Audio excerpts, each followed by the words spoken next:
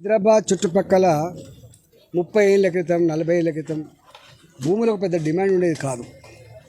వందల ఎకరాల భూముల్ని ఆనాటి రియల్ ఎస్టేట్ వ్యాపారులు లేఅవుట్లు చేస్తే ప్రభుత్వ పరంగా ఉండేటువంటి డిపార్ట్మెంట్ వాళ్ళు నెలకు 200 300 ఇన్స్టాల్మెంట్ కట్టుకొని బ్యాంకు రుణాలు పొంది ఈ జాగాలు కొనుక్కున్నారు. వాళ్ళు ఆనాడు ఇక్కడ నివాసం ఉండేటువంటి స్థలాలు కాదు కాబట్టి ఇల్లు కట్టుకోలేకపోయినారు, వాళ్ళు ఉండలేకపోయింది.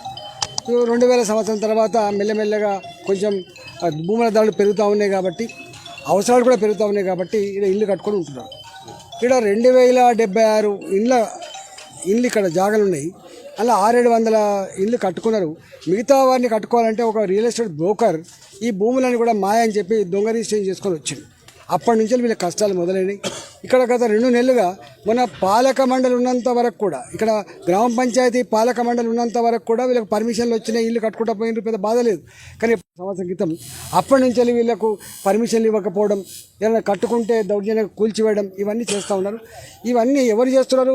గవర్నమెంట్ యంత్రాంగం చేస్తలేదు.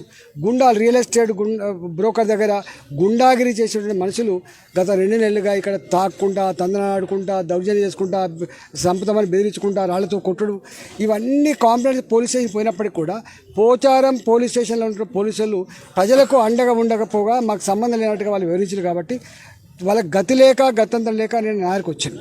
నేను నిన్న రాగానే సిపి రాచకొండకు ఫోన్ చేసిన, కలెక్టర్ మేడ్చలకు ఫోన్ చేసిన, ఏకశిల నగర్లో ఇట్లా ఉందట నాయకు వచ్చిందంటే సార్ మేము పట్టించుకుంటామని చెప్పిండ్రు. పొద్దున్న ఇక్కడికి వస్తున్నాను కూడా చెప్పిన. రాత్రి నేను వస్తున్నాను తెలిసి టెంట్ వేయకుండా, కుర్చీలు రాకుండా, ఎవరు మీటింగ్ పోవద్దని చెప్పి హుకుం జారీ చేసే చిల్లర ప్రయత్నం చేసినప్పటికి కూడా ప్రజలు బాధతో ఉన్నవాళ్ళు కాబట్టి ఉన్నారు.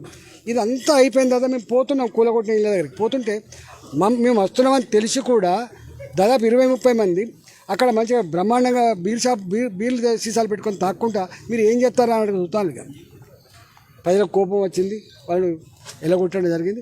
నేను ఇప్పటికైనా అంటే ఎంత ఇక్కడ ఉన్నటువంటి పోలీస్ వ్యవస్థ ఎంత మంచి పేరుండనో ఇవాళ ఎందుకో హైదరాబాద్ చుట్టుపక్కల మొత్తం దాని పేరంతా చెడగొడుతున్నారు.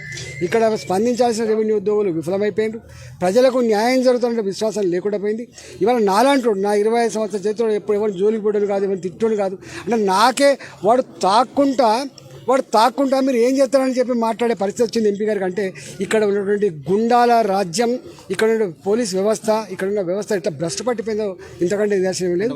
తప్పకుండా న్యాయం ధర్మాన్ని కాపాడే బాధ్యత నుంచి రెవెన్యూ యంత్రాంగం, పోలీస్ యంత్రాంగం విఫలమైనప్పుడు తప్పకుండా ప్రజాప్రతినిధులుగా వాళ్ళ వెంట ఉంటాం, వాళ్ళని కాపాడుకునే ప్రయత్నం చేస్తాం.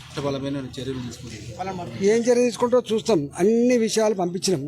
మొత్తం కలెక్టర్ గారికి ఈ జరిగిన విషయాలంతా కూడా కలెక్టర్ గారికి, Naveen Mittal CCLA revenue secretary గారికి, అదేవిధంగా పొంగులేటి శ్రీనివాసరెడ్డి గారు రెవెన్యూ మంత్రి గారికి, ఇక్కడ రాచకొండ సిపి గారికి పంపించారు. అతన్ని ఇప్పుడు కొట్టారు కదా, అప్పుడు ఇక్కడ అందరూ కొట్టారు, వాళ్ళని పోలీస్ స్టేషన్ అప్పయిపోయారు.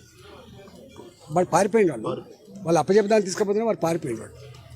వాళ్ళ బాధ్యత అన్ని ఫోటోలు ఎవడెవడైతే తాగుతున్నాడో, నిత్యం ప్రజల మీద దౌర్జన్యం చేస్తున్నాడో, రోజు స్వైరవ్యారం చేస్తున్నారో వాళ్ళందరి ఫోటోలు వాళ్ళకి సమర్పించడం. ఇంకా ఈ గుండాలు సాలవన్నట్టుగా పక్కపంట ఒక 10-15 కుక్కలు కూడా పెంచి ప్రజలు రాత్రిపూట వదిలిపెట్టే ప్రయత్నం చేస్తున్నారు.